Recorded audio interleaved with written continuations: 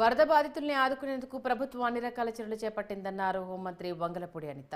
విపత్తుల నిర్వహణలో సీఎం చంద్రబాబు ఆదర్శంగా నిలుస్తున్నారని చెప్పారు. 74 ఏళ్ల వయసులో తీరిక లేకుండా పనిచేస్తున్న ముఖ్యమంత్రిపై విమర్శలు చేయడం బాధాకరమన్నారు. ప్రకాశం బ్యారేజ్ విధ్వంసానికి మాజీ సీఎం జగన్ నాయకత్వంలో కుట్ర జరిగిందని ఆరోపించారు. ఉద్దండరాయనిపాలెంలో ఉండాల్సిన పడవలు అక్కడికి ఎలా వచ్చాయో విచారణ చేపట్టామని తెలియజేశారు. 5 బోట్లలోని కూడా ఒక బోట్ గల్లంతైంది, ఒక బోట్ మునిగిపోయింది. మిగతా 3 బోట్స్ కూడా ఒక్కొక్కటి 40 నుంచి 50 టన్నులు బరువున్న బోట్స్ ఒక్కొక్కటి. ఈ రోజు అంత బరువున్నవి కొట్టుకొని వచ్చి అక్కడ కౌంటర్ వెయిట్ 16 టన్నులున్న కౌంటర్ వెయిట్ కొట్టేవి కాబట్టి సరిపోయింది. అదే కనుక పిల్లర్ని తాకి పిల్లర్కి ఏదైనా డ్యామేజ్ జరుగుంటే ఒక్కసారి మనం జరగబోయే పరిణామాలు ఊహించుకోవడానికే చాలా భయంకరమైన పరిస్థితి. కొన్ని వేల మంది, లక్షల మంది ప్రాణాలు గాల్లో కలిసిపోయేవి.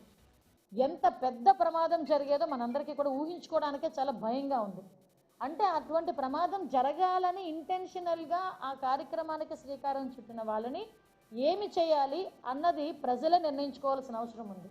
దీని మీద ఇరిగేషన్ డిపార్ట్మెంట్ వాళ్ళు పోలీస్ డిపార్ట్మెంట్కి కంప్లైంట్ చేస్తే దాని మీద మేమందరం కూడా ఒకసారి పోలీస్ డిపార్ట్మెంట్ వాళ్ళు, మా డిపార్ట్మెంట్ వాళ్ళు ఎంక్వైరీ చేస్తే ఆ బోట్ల తలగా ఓనర్స్ కూడా ఉషాద్రి అనే ఒకతను, కోమటి రామ్మోహన్ అని ఇద్దరికి సంబంధించిన బోట్లవి. వాళ్ళిద్దరూ ఏంటి అసలు వాళ్ళంటే ఈ బోట్లకు కూడా వైఎస్ఆర్సీపీ కలర్స్ ఉన్నాయి. అసలు సాధారణంగా వైఎస్ఆర్సీపీ కలర్స్ ఎందుకు ఉన్నాయని దాని కోణంలో మేము ఆలోచించుకుంటే వాళ్ళు నందిగామ సురేష్ ఎవరైతే ఎక్స్ ఎంపీ ఉన్నాడో ఆ నందిగామ సురేష్ తాలూకా ఇసుక లూటీకి వాటికి ఏంటంటే వైఎస్ఆర్సీపీ రంగులుంటే ఇంక వాటిని ఎవరు ముట్టుకోక్కర్లే, అంటే ఒక ఏదో పేటెంట్ రైట్ ఇచ్చేసినట్టే. కాబట్టి దానికి వైఎస్ఆర్సీపీ రంగులు వేసుకొని అందులో ఇసుక బిజినెస్ అనేది చేశారు. ఆ బోట్లు తీసుకొచ్చి ఇక్కడ మళ్ళీ ఈ విధ్వంసం సృష్టించడానికి అవే బోట్లను తీసుకొని వచ్చారు.